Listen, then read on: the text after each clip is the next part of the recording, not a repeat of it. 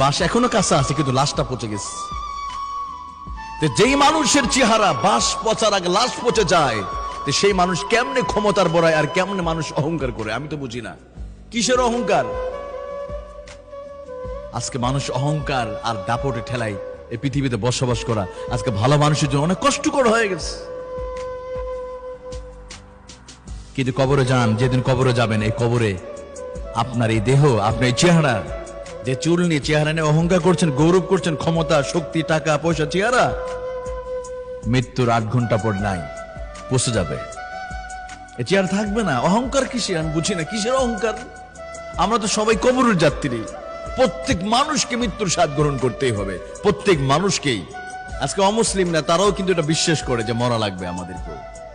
কেউ অস্বীকার করতে পারে, যত বড় ক্ষমতাবান ব্যক্তি হোক, কেউ অস্বীকার করতে পারে না মৃত্যুকে। যতই আপনি নিরাপত্তা